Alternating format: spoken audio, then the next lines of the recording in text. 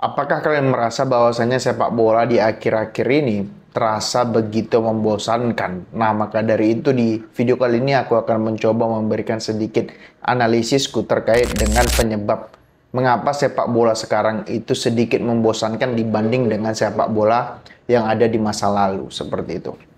Tapi sebelum itu, nggak bosan-bosannya aku ingin kepada kalian, bagi kalian yang nonton video ini silahkan klik dulu tombol subscribe ataupun di like dan juga di komen gitu, oke?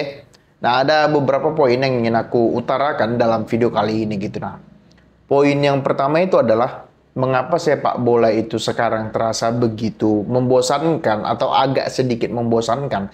Poin pertama adalah sepak bola itu sudah berubah gitu.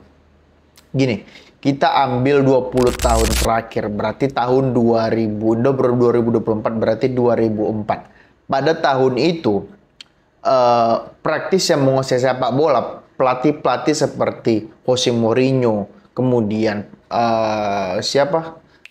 Pelatih MU, Sir Alex Ferguson, kemudian Arsene Wenger, Rafael Benitez, Ancelotti. Nah, pelatih-pelatih yang ini tadi kan bukanlah pelatih kecuali Arsene Wenger ya. Kecuali Arsene Wenger, pelatih-pelatih yang kusebutkan tadi itu bukanlah tipe pelatih yang menginginkan bermain itu secara sistematis, bukan secara sistematis, bermain secara tim ataupun memiliki sistem yang ajak gitu, bukan seperti kayak Pep Guardiola sekarang, lebih kepada mengandalkan skill individu gitu loh. Sir Alex Ferguson keren, ya keren, tapi dia tidak seajak atau tidak sebaku Pep Guardiola pada saat mengejawantahkan strateginya di lapangan. Dia lebih memberikan kebebasan kepada pemain-pemainnya yang ada di lapangan. Begitu juga dengan Jose Mourinho, Ancelotti, kemudian Rafael Benitez. Nah, pelatih-pelatih ini tadi kan lebih membebaskan pemainnya untuk berkreasi di lapangan kayak gitu, khususnya penyerang-penyerangnya kayak gitu,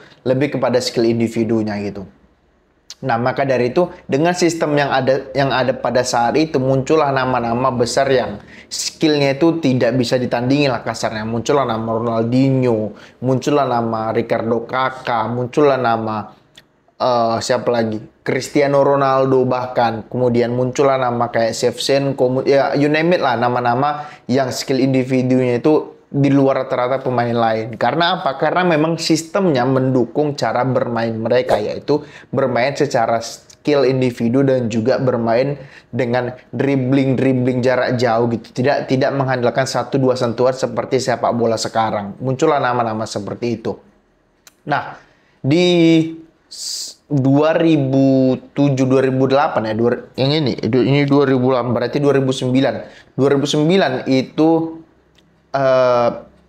MU final melawan Barcelona. Nah, disitulah menurutku titik balik dari perubahan strategi dalam bermain sepak bola. Pada saat 2009 muncullah pertandingan MU melawan Barcelona yang mana MU kalah 2-0 ya, kalah 2-0 dari asuhan Pep Guardiola gitu. Pada saat itu MU itu bisa dibilang klub paling hebat di dunia sebelum munculnya Barcelona era Pep dengan permainan yang rigid. Artinya setiap pemain itu tidak dibebaskan berkreasi di lapangan. Artinya lebih mengandalkan 1-2 sentuhan, lebih kepada teknik dasar, passing, kontrol, shooting, dribble, bukan yang hanya mengandalkan skill individu dari masing-masing pemain ya, tapi lebih kepada teamworknya gitu. Nah, pada saat itu MU kalah, bahkan 2 kali kalah berturut-turut kan sama Barcelona di final Liga Champions 2009 dan juga 2011 ya, 2011 muncullah nama Lionel Messi sebagai pionirnya Pep Guardiola kayak gitu. Nah, disitulah menurutku sepak bola itu berubah dari yang awalnya itu mengandalkan skill individu para pemain beralih kepada lebih mengutamakan sistem cara bermain yang jarak pemain itu dekat, kemudian menerobos pertahanan lawan itu dengan passing 1-2-3 sentuhan, dengan triangle pass, dengan third man run dan lain sebagainya lagi itu. Maka setelah era Pep Guardiola kan kita jarang melihat ada pemain-pemain yang bisa atau diperbolehkan mendribbling itu dari tengah lapangan sampai ke depan, kan jarang. Kalau dulu kan banyak kayak nama Ronaldinho, Kakak, kemudian lain sebagainya lah gitu. Sekarang kan nggak ada, praktis yang pemain yang top yang suka dribble itu rata-rata pemain Madrid, karena Madrid nggak membutuhkan filosofi bermain pendek-pendek kan, bermain pendek-pendek. Kemudian ya cuma satu pemain, rasaku cuman ada 2 atau 3 pemain aja lah yang masih dalam tanda petik old school ya, yang mengandalkan itu juga mereka nggak bisa dibilang old school karena mereka juga udah hybrid lah ya itu. Pemain itu ya Ronaldo, Messi, Neymar, terutama Neymar. Neymar lah yang masih suka mengandalkan permainan Joga Bonito, yang mengandalkan skill individu, mengandalkan skillnya gitu, yang bakat alamnya kayak gitu. Nah, ya rasaku cuman itu. Nah, setelah itu kan nggak banyak lagi pemain yang mengandalkan dribbling. Siapa sih sekarang yang mengandalkan dribbling? Nggak banyak. Semuanya apa? Ketika di kotak penalti, mereka selalu mengandalkan 1-2 sentuhan untuk membelah pertahanan lawan. Nah, maka dari itu, kalau aku bilang mungkin karena kita ini nonton bola sudah lama mungkin gitu kan, terbiasa dengan bermain satu pemain yang mengacak-acak pertahanan lawan, dirubah kemudian sama Pep Guardiola menjadi mengacak-ngacak pertahanan lawan itu bukan dengan satu orang tapi dengan secara tim gitu, dengan passing-passing pendek 1 2 3 sentuhan. Maka dari itu kalau aku bilang mungkin itu salah satu alasan mengapa sepak bola sekarang tidak lagi seperti kasarnya, tidak seperti sirkus, tidak seperti bukan sirkus lah, tidak seperti pada tahun-tahunnya menggunakan skill individu kayak gitu. Nah, poin keduanya adalah kenapa sepak bola itu menjadi tidak begitu mengasihkan untuk ditonton. Yang kedua itu adalah regenerasi yang macet kayak itu. Gini, di zaman dulu di 2010 ke bawah lah, kita bisa sebutkan pemain-pemain top itu semuanya ada di Eropa. Ya, kayak Ronaldo, Messi udah pasti, kemudian Ricardo Kakak, kemudian masih ada Xavi, Iniesta, Messi gitu kan, kemudian masih ada nama Zidane, masih ada Shevchenko, masih ada Pirlo, masih ada ya banyak lah pemain-pemain yang top. Artinya di setiap klub itu sudah memiliki pemain-pemainnya yang trademark mereka sendiri, yang menjadi menjadi tulang punggung mereka sendiri. Nah, setelah eranya Barcelona kan itu bisa dibilang setelah eranya Ronaldo Messi lah. Setelah eranya Ronaldo Messi, bisa dibilang regenerasinya itu macet gitu. Terutama di Barcelona. Barcelona dalam 5 tahun terakhir itu kan terseok-seok ya. Artinya terpingkal-pingkal gitu. Artinya mereka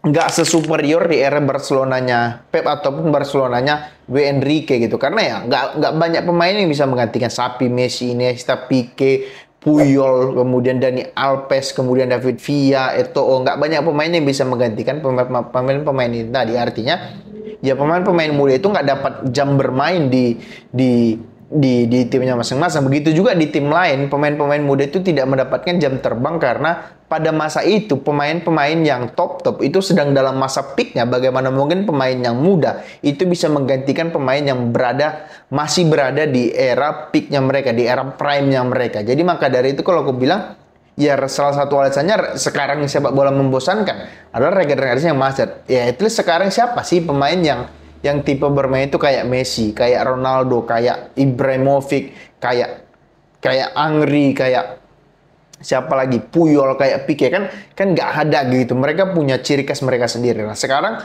mungkin yang bisa dibilang sebagai regenerasinya mungkin ya kayak Vini, kayak Mbappe, kayak Haaland. Kemudian kan nggak banyak lagi, nggak banyak kayak 2010 ke bawah, nggak banyak pemain-pemain yang di setiap klub itu ada pemain top-topnya dan persaingannya itu sangat kompetitif gitu. Artinya sangat bersaing lah, bukan kayak sekarang yang masing-masing tim itu jomplang kayak gitu secara kekuatannya. Itu menurutku. Kemudian poin yang ketiga adalah jadwal permainan yang macet. Jadwal permainan yang padat kayak itu. Gini. Ya, Pep juga udah bilang kan kayak itu. Bagaimana mungkin kami bisa bermain, ya kurang lebih ya dia bilang kan yang terkait dengan jadwalnya padat itu, dia bilang ya mungkin kami akan mengikuti Piala Dunia antar klub, itu artinya satu musim kami bisa memainkan 70 games. Itu hampir sama seperti NBA, tapi bedanya NBA itu liburnya 4 bulan, kami hanya 3 minggu, dia bilang kan nggak masuk akal. Artinya ya jadwal yang padat ya. Contohnya kayak tim Liga Inggris lah. Di Minggu dia main Liga Inggris, di tengah pekan dia itu kalau nggak main FA Cup, kemudian Carabao Cup atau Liga Champions gitu. Kemudian di hari Sabtunya main lagi Liga Inggris. Artinya seminggu mereka bisa mainkan 3 pertandingan. Sebulan 3 kali hampir 12 pertandingan mereka sebulan. Seharusnya kan normalnya pemain bola itu bersebulan itu hanya main ya kurang lebih 4 ya 6 sampai 7 match lah, itu udah normal lah gitu. Normal-normalnya lagi ya mungkin 6 match kayak gitu. Ya, tapi sekarang kan sampai 2 kali lipat, artinya sampai 12 match mereka bisa bermain dalam satu bulan. Nah, ini kan menyebabkan apa? Menyebabkan ya pemain itu kecapean, pemain itu gampang cedera, dan terbukti di beberapa musim terakhir, khususnya di musim inilah, di musim ini kelihatan permainan itu tidak begitu berkualitas dibandingkan musim-musim sebelumnya.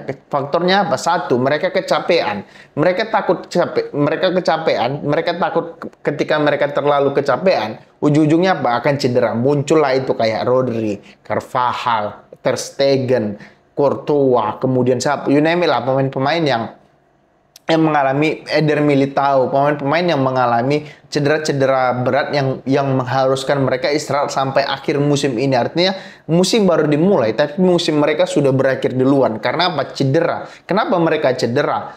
Badannya itu overuse gitu. Badannya itu terlalu dipaksa, yang menyebabkan apa? Badannya itu ringkih. Ketika badannya ringkih, ya disentuh sedikit ya udah ACL ya. Kasarnya kayak gitu. Itu yang pertama. Yang kedua, jadwal yang terlalu padat ini menyebabkan kita terlalu bosan untuk menonton sepak bola. Kalau sebelumnya kan seminggu sekali, jadi kita menunggu pertandingan ini, kita menunggu nih, nontonnya jadi semangat. Sekarang karena udah pertandingannya begitu banyak, jadi kayak ya udahlah kayak gitu. Toh ya besok bisa nonton lagi itu, karena dalam satu minggu itu kita bisa nonton 3 kali tim kesayangan kita. Kalau dulu seminggu itu cuma sekali, artinya ya momen saat kita menonton, ya kita harus betul-betul nonton. Kalau sekarang kan enggak, ya nanti di tengah pekan main lagi kok kayak gitu. Jadi faktor-faktor yang menyebabkannya adalah salah satunya itu kayak gitu. Salah satunya adalah mereka tidak atau federasinya itu tidak aware terhadap kesejahteraan, dalam arti kesejahteraan badannya atau pikirannya para pemain ini kayak gitu loh.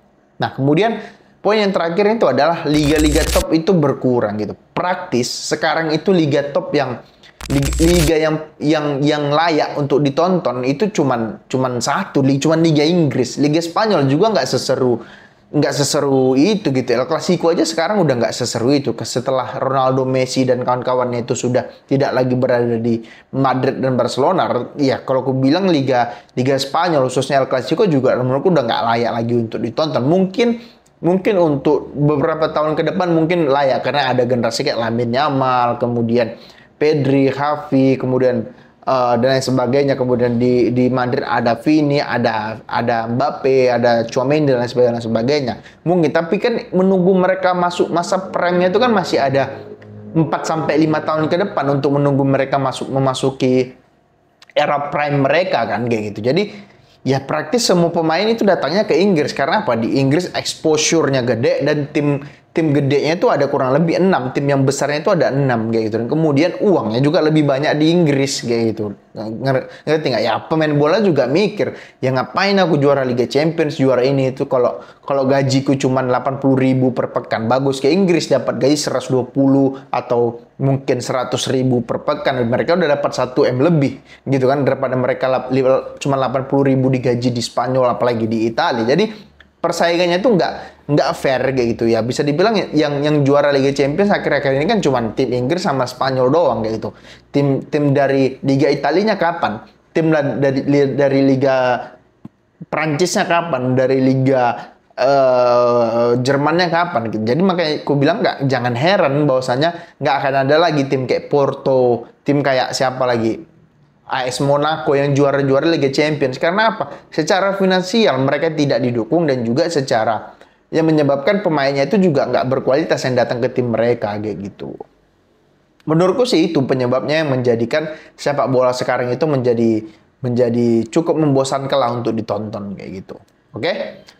Itu dulu komentarku ataupun pendapatku terkait dengan kenapa sepak bola sekarang itu cukup membosankan untuk ditonton kayak gitu. Oke? Bagi kalian yang suka silahkan di subscribe, di komen, di like. Bagi kalian yang nggak suka ya nggak apa-apa. Oke? Terima kasih, semoga terhibur.